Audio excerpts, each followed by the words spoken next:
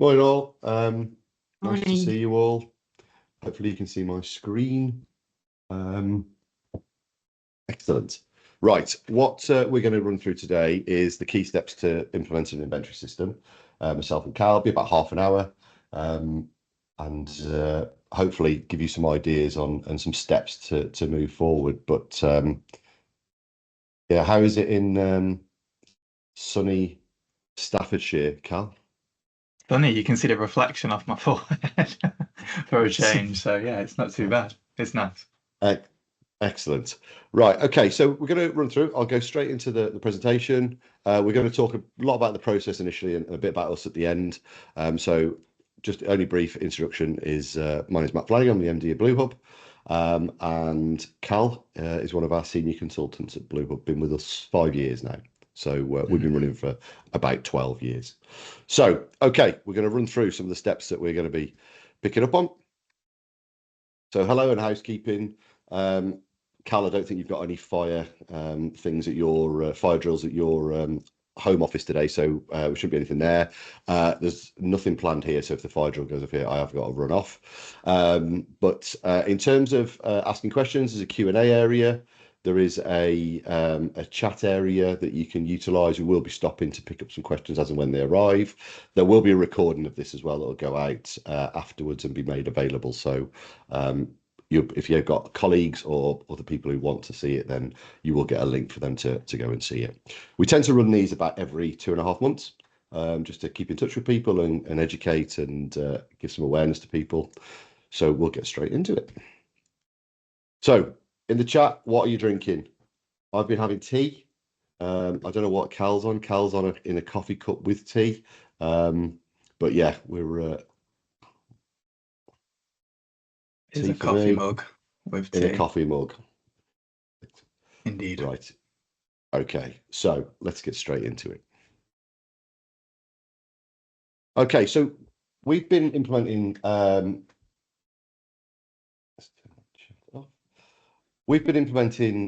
inventory and MRP, ERP type systems for around about 7 years now, and also integrating with the likes of Zero for a little bit longer than that, nearer to 9, 10 years. And I think when we go through a piece, when we work with an SME to take them across into an inventory system, there's some key things that have really determined them to move essentially. So we'll just have a quick run through of those. I think it's always interesting if you're a business on this or you're an advisor to a business. Here are some of the words that we hear, and we always pick when we start to work with somebody, document the aims of the move and also the reasons for the move as well. So we'll just have a wander through these. So a frequent one at the moment, Cal, is it the last 2.5 years we've seen this unsupported systems has started to come up a lot. So we've had elements where they're either commercially coming to the end of an agreement with a bigger system, or equally they're on a smaller system which is now out of support and is a bit of a risk to the business. That's been quite common, hasn't it, Cal? Really, with running through that. Yeah, it's been common for as long as we've been doing this as well, and I think it will continue to be common because people are tied into, 3+ year contracts. They come to the end, and then they'll probably want to move something cloud accounting wise, and then they'll need a system to support that. So I think that'll be continue to be a main reason. We have all sorts of systems as old as Access that they've been on for 20 years, software that's older than me, I've seen, and people are moving from it, and I'm trying to interpret it. But yeah, it's a really, really common reason. Yeah, access dimensions have been quite key in the last couple of years. We've seen people move now, not necessarily in support, but the end of commercials. And if you're on Okay. here and you're thinking about moving to this world, what we tend to find is people working towards an end of support date or a commercial change date, and they've left it too late to move. So it becomes panic stations. We've seen that a lot. You have to be giving yourself a good 9, 6 months run rate in order just to think about and plan and see what that move is. Whereas we've got people come to us with like 3 months, I want to move, and it's a bit of a rush job and painful for everybody involved. And the quicker the rush, the more risk of mistake, essentially. Uh, Another one that we've seen a lot more of is needing a real-time stock position, not wanting to wait till this end of period, whether that's end of month, end of quarter, end of year position on stock.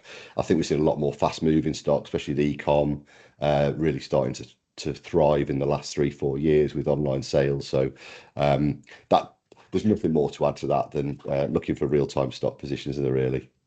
Yeah, no, there's probably I could probably add another 10 things actually maybe on that one because like people want to know exactly what they're holding for cash flow, different reasons that people are we'll talk about this probably 20 times today because we do on all the webinars, but people are now outsourcing the warehouses, so they need to be Yeah, connected. So it's really, really important actually. Yeah. yeah.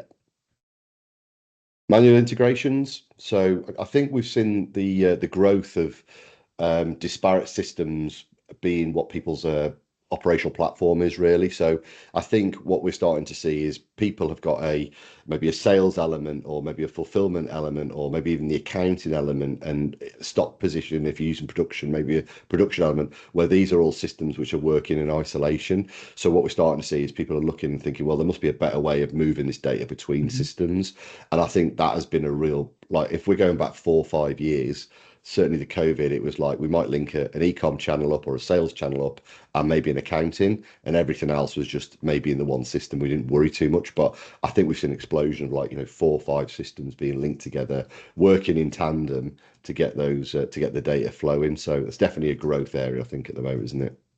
Agreed. Yeah, definitely. And it ties into like the big move we had a couple of years ago with MTD and everyone moving over to Zero and QuickBooks, and people didn't want to transfer that data manually when they're on Zero to like perhaps another inventory system.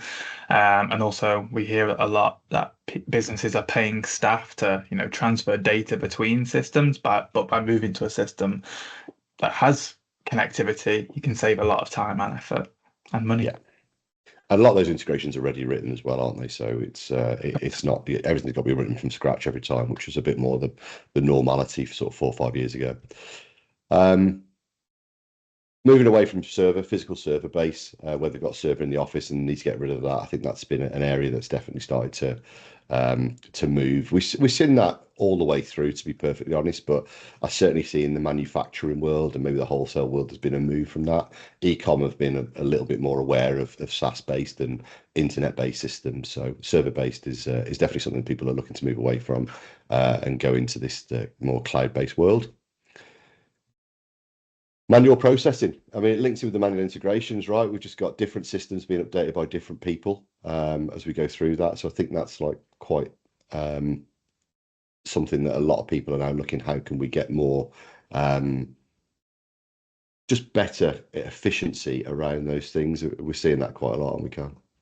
Yeah, definitely. Especially again, like using disconnected systems, going back to the manual integrations, it's taking a download of the orders at the end of the day and putting them into an inventory system. Whereas moving to something that has connectivity, it just does that automatically for you. And same with accounting as well, rather than taking data and dumping it into another software periodically, we can automate that hopefully by Yeah. looking at these types of softwares. I think the other thing with that as well, like you mentioned earlier, like outsourced warehousing, which we're seeing in like 3PL, Oh a yeah, bigger growth. definitely. So that movement of like I've sent some stock out, I've sent some orders over to the 3PL, and now I need to get that information back to actually know what was fulfilled and how. That is definitely where we're seeing a lot of like problems in terms of keeping Mm. the systems up to date, but then also it requires manual processing to do those updates. Mm. Okay, cool. Some spinners on there. No inventory forecasting. So I think people join these systems for the efficiency and the structure to actually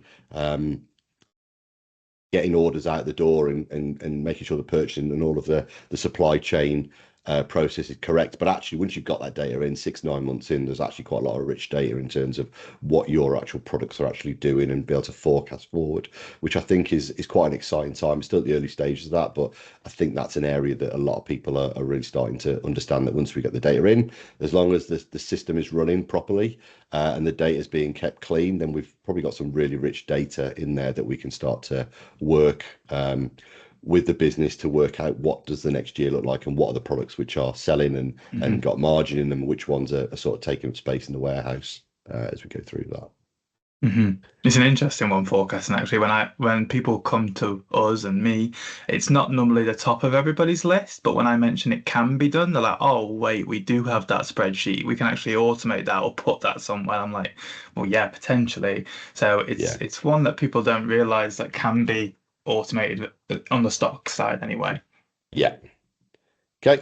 Landed costs, this has been a big one, hasn't it, really, since COVID, because the cost of containers and things like that. So making sure we've got all the cost attributed to a particular order is really important. And we've definitely seen that blow up in terms of people want to get much closer to their landed costs and their total cost of product to client, really.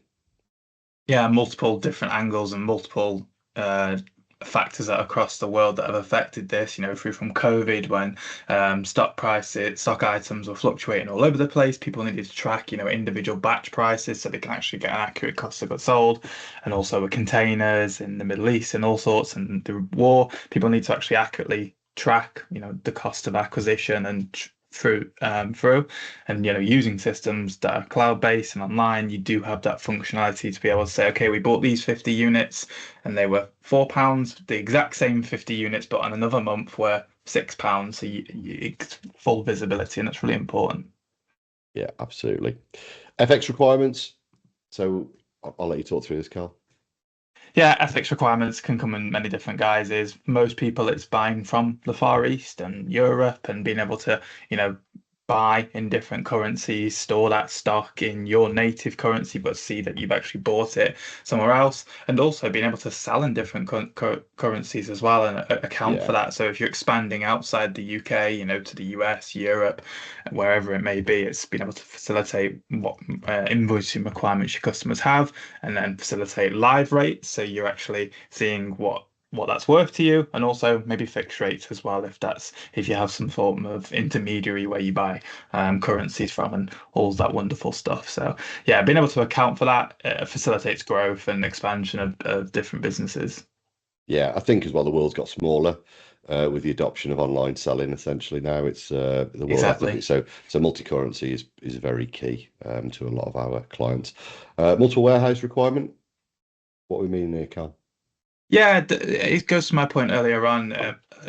People are no longer just, storing all their stock and dispatching it all themselves. A lot of businesses still do that, but a lot of businesses outsource that warehouse, and they don't just have one outsourced warehouse. They might have one in the UK, one in Europe, one in the US, one in Australia. So for most businesses, they have more than one warehouse, or at least more than within one warehouse, they have multiple different locations or sub-locations. So being able to track that, have livestock visibility, and also ability to connect if it is outsourced, or even if it's not, just being able to actually account for Yeah.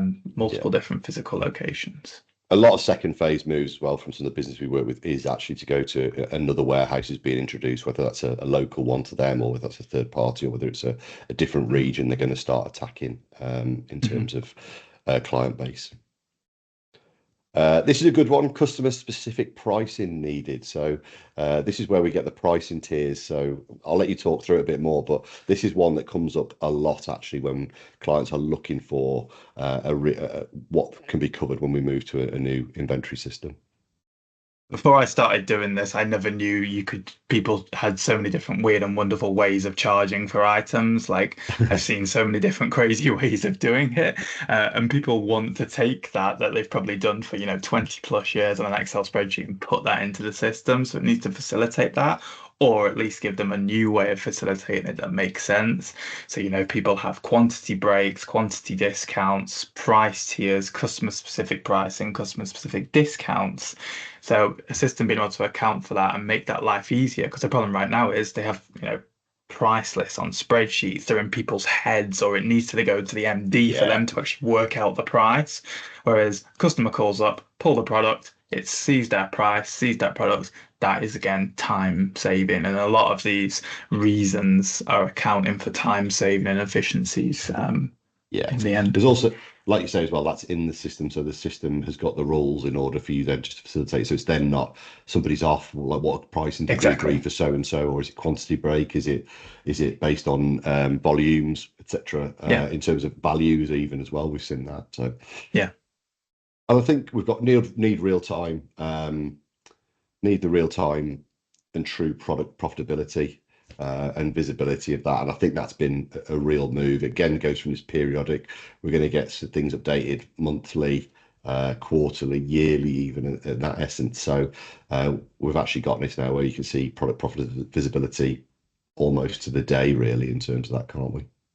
Definitely, yeah. It's a Yeah. really it's a big one that our clients don't realize they can get actually as well. And just being able to say we sold this item for X, this was our cost of goods sold, this is our profit. And it can be really useful to actually see that, especially when you have different costs for different items. Yeah.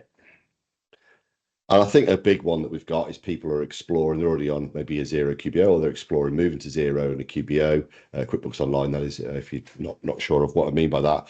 And there's no real solid inventory or manufacturing modules in that world. So people are exploring it, saying, can we move to that type of system? And you will more often than not need something that is integrated with zero QBO. Cool. Let's move on. So the key steps to implement an inventory system. So if you're undertaking this yourself or you're working with somebody, these are the steps that we follow, and this is here for you guys to take the same process or learn from it and work it for you. So the first one is define what the project is. What are we actually trying to achieve? We're going to go into some of these in detail. What we're trying to achieve, who's involved, and what are the key requirements. Then there's a solution research. So a solution isn't necessarily one system. It could be a group of systems to agree the solution, which again, we'll go into in a little bit more detail, but there is that research piece to understand what the project is, then to actually find out what the solution is going to be to satisfy what the project needs. Then there's a project initiation to get the project underway. What are the key steps? Delivery in terms of actually getting the project delivered. And then the fifth one is maintenance. What happens after you've delivered the system? So we're going to go into some of these areas in a bit more detail. So Cal, I'll let you do quite a bit of the talking and I'll do the clicking at this point. So define the project. Start at the top then with these three. What are we talking about here? Yeah, so this is the first thing we do with any of our clients, and it's also the first thing I'd recommend you do if you're an advisor or if you're a business looking to start this journey. It's, we're engaging on this project. What does one success look like? So that's your success criteria. If we do this journey and we engage on it, when we've finished it, how do we know it's worked? And so that's where success criteria becomes really important. And then what goes into that are your aims and your requirements. So your aims are what do we hope to achieve? What would, what goes into that success criteria and what do we hope we can get from this? And requirements are what the business actually needs. So we just spoke about some of those there, right? So does multiple locations, that's a requirement. We have to have it account for that. Landed costs, customer pricing, these are all requirements that you need from the software and are not necessarily aims. And they build that success criteria, and that's really important because one, it can keep momentum through the project. You get project fatigue, you get worn out, and you can look back at those and go, right, that's what we're achieving, and that's why we're doing this. So that's really key for me. And also picking the team is definitely really important as making sure you have the right people involved. So one of the main reasons we see projects fail is they don't have the right team, right people involved, people from finance, operations, whatever else it may be. So making sure those people have bandwidth and the knowledge to actually engage on this is really important. Yeah. So we'll go through the requirements because we say what are requirements. So what we tend to find is that we're finding people buy on problems. So there might be a current problem they're trying to solve, which you mentioned, like, could we need multi-currency? Well, that's one problem, which is actually equals a requirement, but there's a load of other things that are needed in that area. So I'm just gonna pull these up, Callum. We'll just have a run through them. So I'll let you run through each of these areas. What do you mean by when we're trying to track requirements? We're looking at these each area. Let's give some examples of what you start to look at in each of these areas. Well, yeah, it's really important to understand firstly that these are all areas that go into an inventory system. Some people come to us and said, "I need an inventory system. I just need to do stock management," without actually realizing it does all of these different things. Most systems on the market do anyway, and these are really all key things to understand. So going through each of them, sales channels and sales orders. Okay, does it have the right integrations for our business? We sell on Shopify and Amazon. That system must integrate with those two platforms. So that's where that comes into fact. We take phone orders and email orders. Okay, does it have a facility for entering quotes, or does it have a B2B ordering portal perhaps that can really add some efficiencies? So that's where your mind needs to be going for those types of areas. And I could keep going. Does it have There's facility for things, log? yeah, there's also, like you say, there's the B2B portal, but also like EDI, where you're dealing with big retailers. Exactly. We've got to have that we're going to deal with the Waitrose or the Boots or the Yeah. B&Ms and all of those of this world, the Tesco's. You have to have a different type of, again, that's just part of a different sales channel that we need to incorporate into the list of requirements. We have sales reps on the road and they need Yeah. somewhere to add their orders to. They need to log emails, they need to print quotes. Does it work on a phone? Does it work on an iPad? So you need to really break down that entire process and think about where do all of our orders come from, and then when they come from, where they are, their source, how does it need to get into that system, and what do we need from it? Yeah. So that's sales channels, purchasing. Purchasing is an interesting one. There's lots of different things you need to consider here. So we can start right at the beginning. How do we know what to order? Okay, so does the system need to do forecasting? Does it need to do minimum stock levels? Does it need to trigger reorder quantities? Does it need to produce requests for quotes? And then you should go through the entire process to build those requirements out. So, okay, once we've got the order, can we see what we paid for it previously? Can we select from any suppliers? Does it have the ability to do landed costs? Because we sometimes arrange our own freight to bring the item in. So those are all like purchasing requirements. Does it hold supplier price breaks? So if we're buying multiple items, can we see when we go through those different prices? So those are some common ones that I see in the purchasing area. And more commonly now is also sort of OCR technology and being able to take in like purchasing bills and automate that process. A lot of people, some people on this call might have used Dext or HubDoc, and similar requirements can appear in inventory, although a little bit rare and it is coming, but that does come up. Yeah, so just to aim on that, what we're starting to see is essentially a PDF will be scanned and then the information taken from that and automatically put into the inventory management system. We're starting to see that technology start to hit, which is really cool because it's a good innovation in terms of where we go in there. Inventory control as well, we've got as the next on there.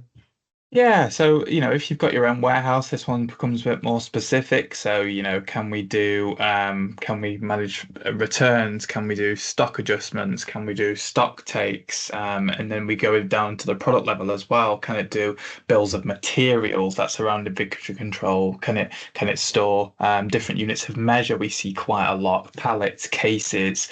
We buy a case, it's in a bigger case, and that case is in a pallet. Can it account for those types of things? So you need to think about, what are the warehouse requirements there in terms of stock, and then also the actual products themselves, what need to live in the products like bombs and things like that. Yeah, and that's it sort of touches in if you've got manufacturing or assembly type of world, then we need to think about that as well, don't we? In that work, that part Yeah, as well, if that is a requirement you have. yeah. Um, These warehousing, the Yeah, these three requirements all play hand in hand. So inventory control, definitely. warehouse, and fulfillment, all very similar. So warehouse and fulfillment, how do we pick right now? And how do we want to pick, unpack, and ship? Do we need barcode scanners? Do we have special barcodes like GS1, which we see now and again and can be a pain? Not a pain, but difficult. Yeah, yeah, With it is them a pain. fulfillment requirements, how do we want to connect to our carriers like DHL and DPD? And does the system we're looking at integrate with those, or does it have a way to integrate with those? Does it account for the way we've got our warehouse structured, bins, zones, racks? So you need to really be breaking down all those different areas that impacts the warehouse and fulfillment side of things and seeing how that comes in. And as we've mentioned, and I said we'd keep mentioning 3PLs goes into fulfillment. Can this system connect to a third party warehouse? And does it have the ability? And if not, how can we process that? So Yeah. they're the key ones that I'm seeing on those three areas there. Accounting we've got, which is essentially the accounting data that's going to go, what's the frequency, how does that look, what's it logging, cogs, whip, those types of things. How does that integration work, and how does the finance team or the external accountant work with that is what we're looking at there, isn't it? Yeah, definitely. And how does it need to integrate? And if you've got an accounting system already set up, what's that structure? So one example is in Zero or QuickBooks, you might have a really specific chart of account structure where certain products go to this sales nominal and certain products go to another sales nominal, which is very common.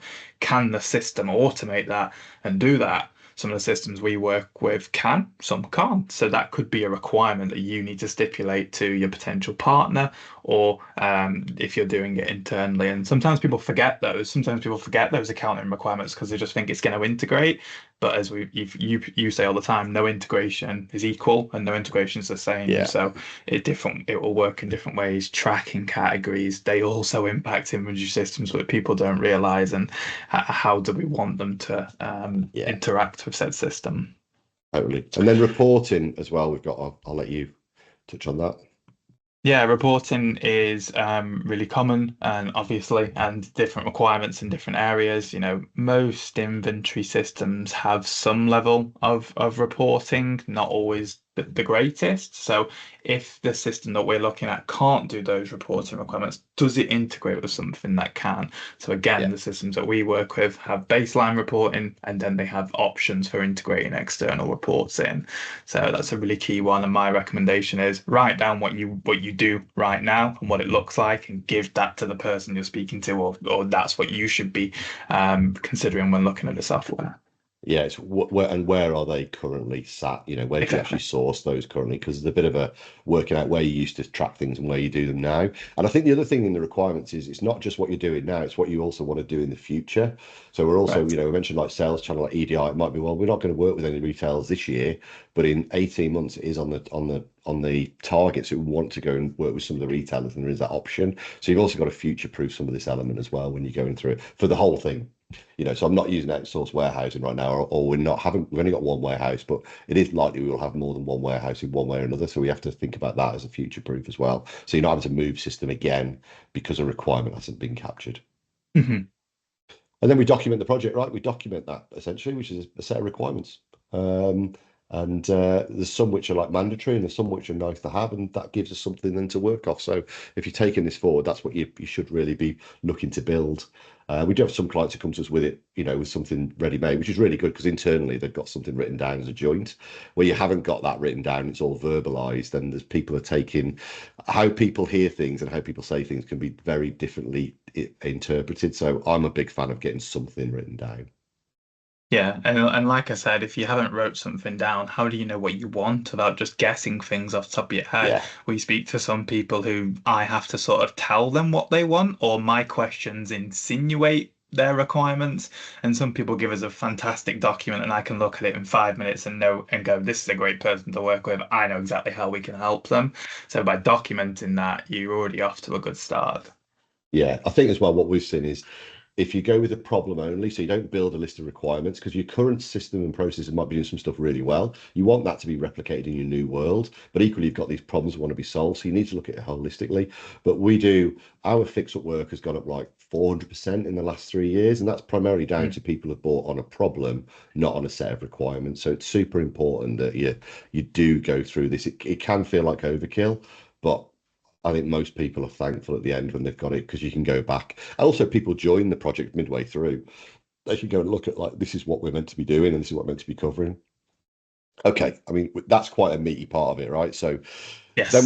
we've got a set of requirements. Then we're doing the solution research and we're looking at the systems, the integrations that are going to be required. What's the future proofing of that? What's the approach and implementation with this?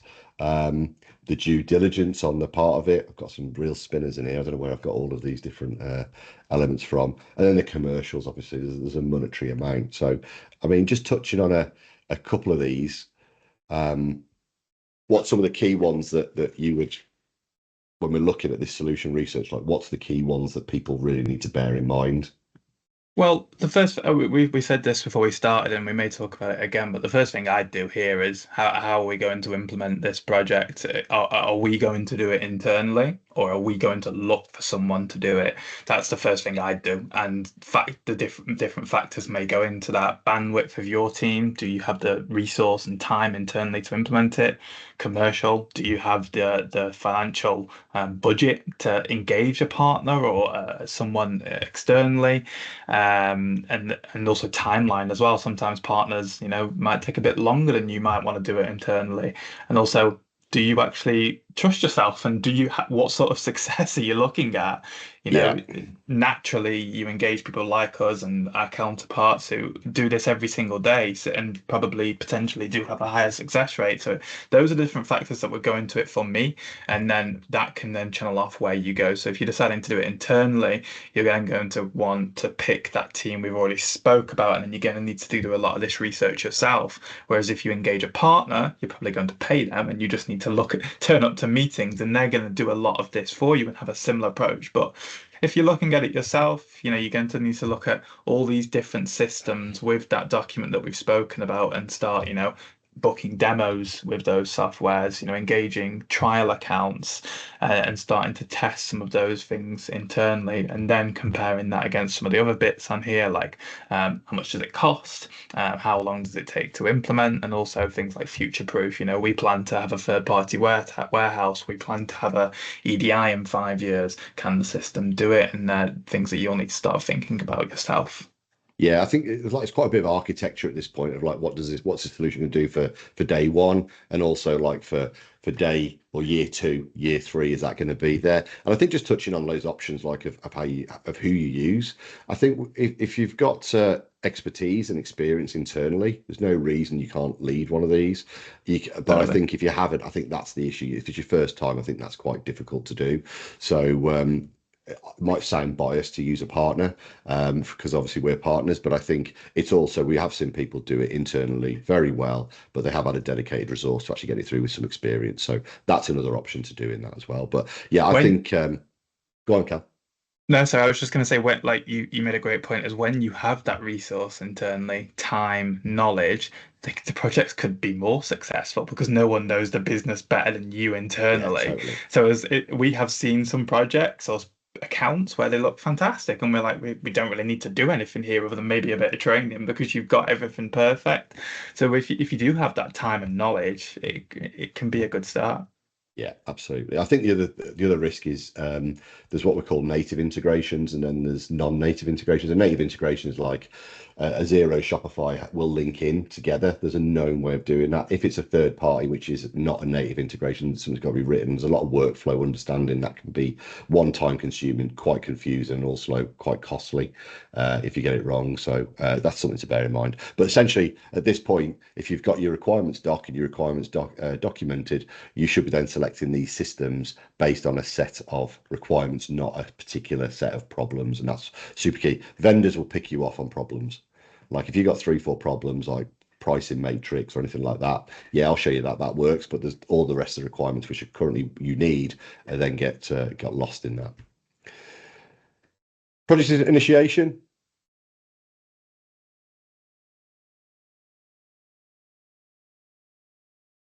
Cal, do you want to run through these?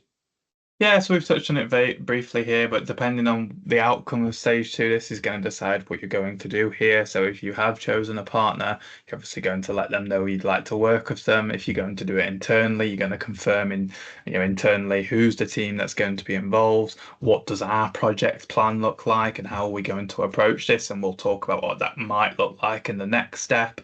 And a really key one here is confirm comms plan. This is if you're working with a partner or doing it internally. So how are we going to communicate with the people that are involved in this project, both internally with our e-commerce developer who's looking after the website, with our financial accountant who's looking after our zero, with the vendor who's helping us put the account in place. That's really key. Some of our projects that have problems are down to, communications not being defined and agreed between different parties.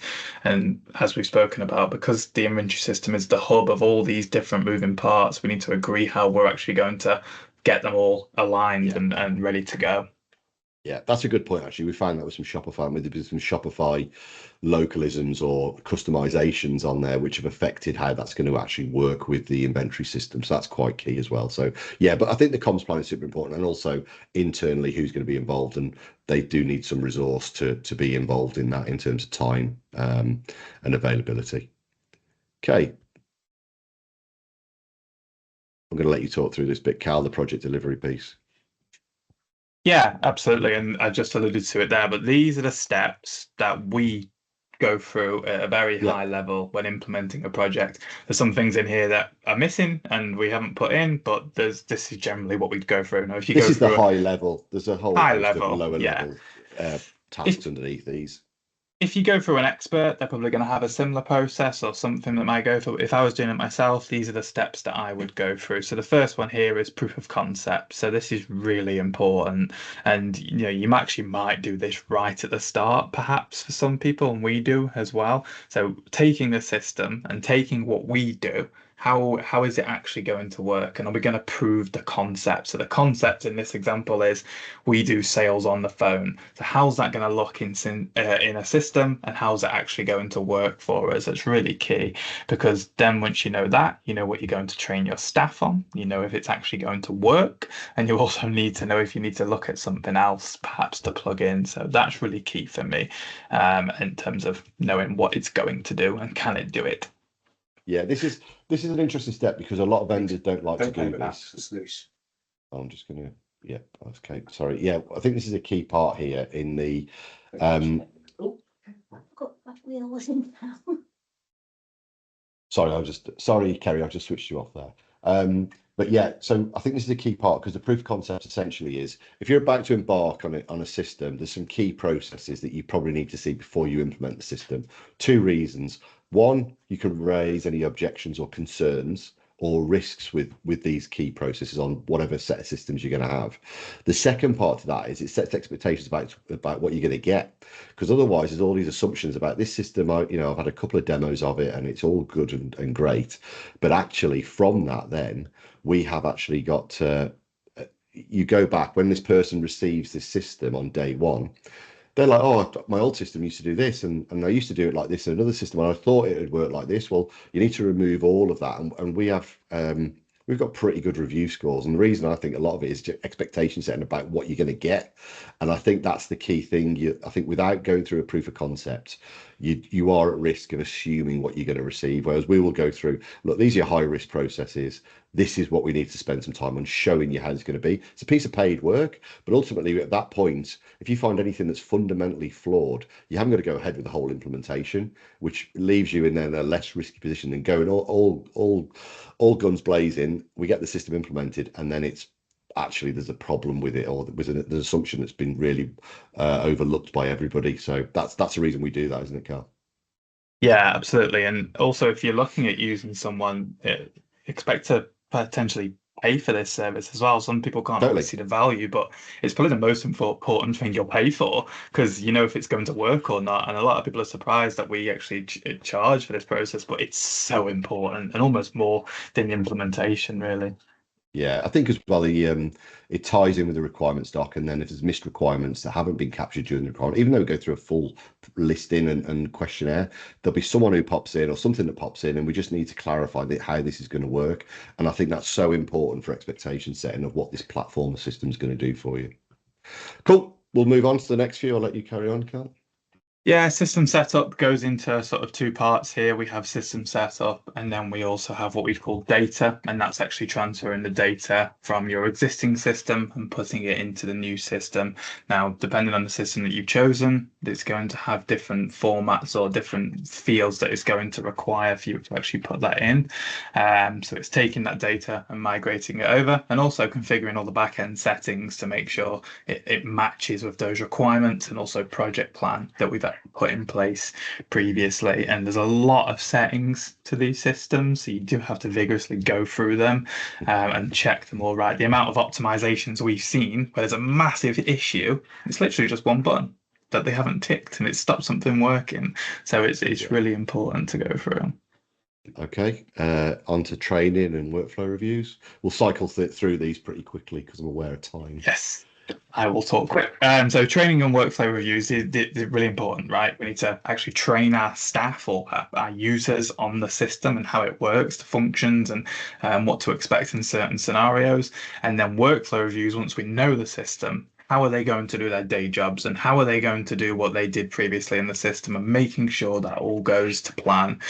Sometimes people do this before training or after, but we found that doing training first, so you know the system, and then being able to review your day job works much better. Yeah, absolutely. And then There's a practicality and a theoretical element, isn't there, which you need to then balance off essentially with that. So yeah, makes sense. correct. And then, of course, we go into pre-go live and go live. Pre-go live for us is normally transactional reset, so wiping down any test data. It includes making sure we're happy with everything, and we've done any final testing within the system. We've got all our processes documented, and everything is matching our aims and requirements that we've set out at the start, Yeah. and then go live as agreeing a date internally and or with your partner that you're going to switch over operations. That again comes in many different guises. It might be cold turkey, and you might turn off your old system and flick it over, or you might do like a period of transition where you have your old system in place and then you transfer data, dual entry as such. Yeah, I think so. We'll get there. Is the pre-go live to make sure that the data cut over is all clean at the point we're going to move. We'll have done the data migration fully in the system setup period. That's your customers, suppliers, products, all of that good stuff. Bill of materials if you've got it. So that would go into that area there, that phase. Okay, and then go live. There's a go live day, which is like the magic happens. We switch the system on or make it available. Everyone starts using it. But actually, go live is ongoing, right? It's over. Our go lives are 4 weeks, so there's a go live of day one, but then actually there's a few things. One, making sure people are using the system properly. Two, then picking up any subsequent slight process alterations that are needed. So that 4 weeks is quite important in terms then, and actually we'll do some potential deeper training, won't be in like week 3 or 4 of post go live, when it's a bit like you sort of learn to pass your test and then you start to learn to drive after you've passed your test. So we do a little bit of that, don't we, Cal? There is that for that 4 week period, bad habits can get picked up, and equally then all the system's not running how it should be, which then the data isn't going to be rich enough for you. So I think that's really important those first 4 weeks, isn't it? Definitely. And it's also when you can catch those bad habits and treat them straight away and make sure everything's actually going to plan. In those first 4 weeks, it's very easy to say, oh, we agreed this workflow. It's not working for me. I'm just going to do this because it's better. Like, I'm going to create stock adjustments instead of doing purchase orders. I'm going to bring it in with no value. These are all things that are just going to set up for failure. So that first 4 weeks is really important to making sure we're still following our processes and we're engaging with the people that are involved to make sure everything's actually going to plan. I'd also class. Go on, sorry. I would also say actually go live can go on as long as 3 months, 6 months. You're still learning, you're still picking things up, and I can say you might not see true success and benefits for perhaps the first 6 months. Most people are surprised by that, but it's true. Yeah. I think the ordering, and then we've got the post go live, which is what we talk about, which is where the ongoing, these systems now we're seeing there's updates like every month. So it's not the old days of like we get an update every quarter or every year. We're now getting like regular updates. There's also keeping an eye on those areas as well. And what underpins all of that is the change management. Like this is quite a big move for everyone. People's day jobs are going to be slightly changed. People's interactions are going to change. People's outputs are going to change, both internally and externally. So change management is super important as we go through that. We'll whistle through maintenance, Cal. So that's the ongoing support, the system updates, the integration updates, the team changes. So as new people join, as new suppliers join, as new customers join, there's all of these types of changes. We've got the ongoing support that's going to be needed for the platform, the system updates, which we see are regularly starting to happen, and also the integrations move as well, right? So how Shopify talks to an inventory system or how Xero or QBO talks to the inventory system, that can also change, which is something to bear in mind. This API world they're ever improving those areas. So they do bring new versions out of those probably about every 18 months, which needs some sort of upgrade and change to the system. So that's something to be bearing in mind. And what I would say, system support is not the same as solution support. So you could have 5 different systems which make up your supply chain. But if you've got to go to each of those individuals, they're only going to talk about their individual part in a process or in a problem. Whereas actually you've got an architecture of systems here. And that's the thing to bear in mind is you've architected this setup. So who's then going to be the overarching support of actually this problem isn't in the inventory system, it's actually in Xero, or equally it's going back to Shopify or Magento or WooCommerce. Those are the problems. So bear that in mind when you're starting to work in this world. There is a solution or platform support as well as an actual basic system support. Those are the 5 steps. So I would take those on there. Setting the system migration up to succeed. So that's what that is. That's a platform, a workflow that you can take and work with. So just to finish up, what we do, we work with e-commerce, online retail, wholesalers, manufacturers and distributors. We do digital supply chain consultancy, inventory implementation, inventory fix-up, which is quite a lot, integration, native and custom. And when we say inventory, we do have elements of manufacturing that are included in their production, which will come in as we arise. So at the top there, type of businesses we work with, and then underneath in the second row, that's the type of services we offer. Our credentials. We've been in for a load of awards with Sin7. That's one of our primary inventory systems that we work with. Went over to our new award actually isn't on there, Cal, because we won it since the deck. So we won an award over in Denver last month, which was pretty cool. Those are some of the clients that we've helped on the systems and with their digital supply chain. So there's an area, that element there. We've got some manufacturers, some food and beverage, some healthcare, beauty type of world. Some ballistics are in there actually as well. Some lighting designers as well. So a few different types of businesses, different sizes. And have you got any questions just to finish up? Main thing from me is you'll get a link to the video to rewatch it if you want to, and also we'll be sending out a couple of links. So if you want to book a call with us or you're interested in that, you can do that. Equally, there are some documents in terms of building out these types of requirements and things which could be useful to you. But are there any particular questions that anybody's got, or is happy to share? Might want to do it in private. You can pop that in the chat if needed. There's a couple of things that we could probably talk around if people are starting to think about that. Is essentially one of the things is an implementation, or if you're going to review moving to an inventory system, it's a good 6 to 12 month project in terms of just getting your ducks in a row internally and then going out. I think we see a lot of people come like last minute to us and go, you know, it's our year end in 2 months. Like literally this week we are getting them saying we want to go live by January the 1st or January the 6th because it's our year end.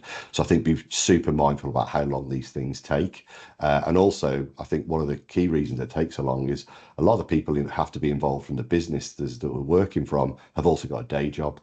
So we're trying to do this alongside a day job as well. So that can be quite frustrating. So we have got them through like 60 days, 90 days for a couple, but essentially the business has made this a main priority.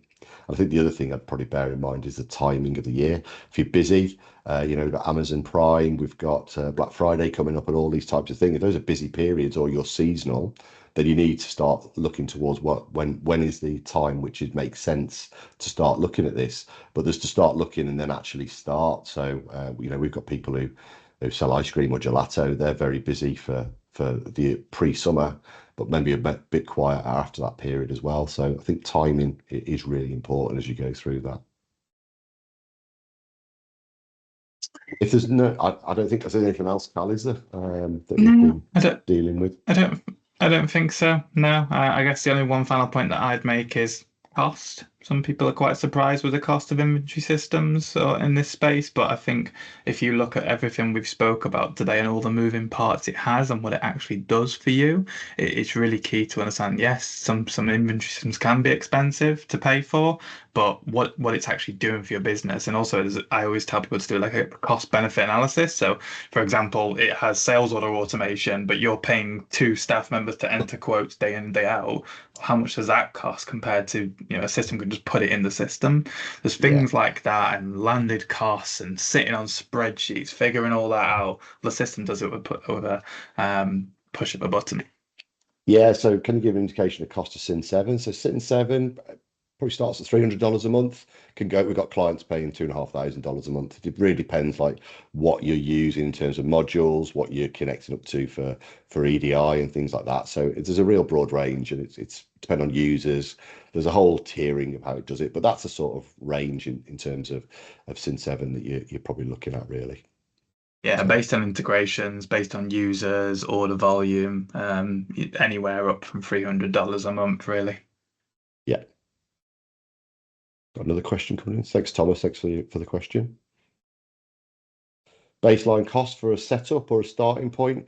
Again, from our perspective, in terms of implementation costs that go alongside this, you're probably looking at around £10,000 sort of starting fee for the requirements gathering and a base setup. But equally, we've had ones with 45, 50,000, depending on all of the types of integrations, if there's advanced manufacturing that's needed and those types. So again, it's quite a broad range. In terms of how we work initially is we always do an initial call just to understand what you're trying to achieve, see if there's compatibility before we actually get involved in pricing work, etc. So from that initial call, discussion, we've got an idea of how we can help, and then we can start to give a better range of what the cost of engagement is. Yeah, it's going to be it's normally based on what you need from the system and what your business does. So someone who's a manufacturer is probably going to cost a little bit more than someone who's just does buying and selling. But then it also comes Yeah. down to what services do you need? Do you need someone in person for 2 weeks straight? That's probably going to cost Yeah. more than just doing everything online over a period of a week. So Yeah, other systems that we've worked with in this space. Well, it's really interesting. The ecosystem is absolutely huge now in terms of zero and digital supply chain. So it's not only inventory systems. Historically, we've done some work with like MRP Easy and some other systems, but in all honesty, inventory we sort of nailed on with Sin7. We felt we'd need to be a master of one system as opposed to a jack of all trades across 4 or 5. So Sin7 Core, the XDeer is our primary inventory system, but off that, we've got WMS systems, so Mintsoft and PeopleVox, which start to come into play. We then have shipping apps, which start to come in. So if you're fulfilling via certain apps, via certain carriers like DHL, there's ways that you can actually integrate with them a lot easier than going individually to them, depending on the dimensions, the weight, all of those things of your actual SKUs. So in all honesty, there's probably about 12, 15 products that we're working with quite regularly, depending on those requirements, but that are needed. So yeah, there's a plethora. Approval Max has come into play more recently because that started working with Sin7, a big player in Zero. We've got some advanced reporting, some inventory forecasting tools. So there's a whole host of systems in this digital supply chain. I hope that answers that question.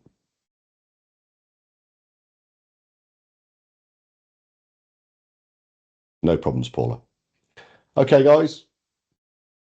We will be in touch if you want to have a conversation. I'll send a link out and you can book a call in. Otherwise, you'll get a copy of this webinar if you want to reach out and have a chat. We're not ultra salesy. We'll have a conversation with you. Around about 7 out of 10 people we can tend to help. There'll be 3 out of 10 which we can't. So our first call is just to work out if we're compatible or not. And then from that point, we would start to then maybe recommend you to somebody else or another system that we don't necessarily directly work with. So we're there to be super helpful in the first instance. We want people to get the most out of the ecosystem that's there, whether that's utilizing us or otherwise. Thanks a lot for joining us, guys. I look forward to hearing from you, and I hope that was valuable for you to take away, whether you're advising, whether your business is looking at that. thank you, Cheers, everyone. all.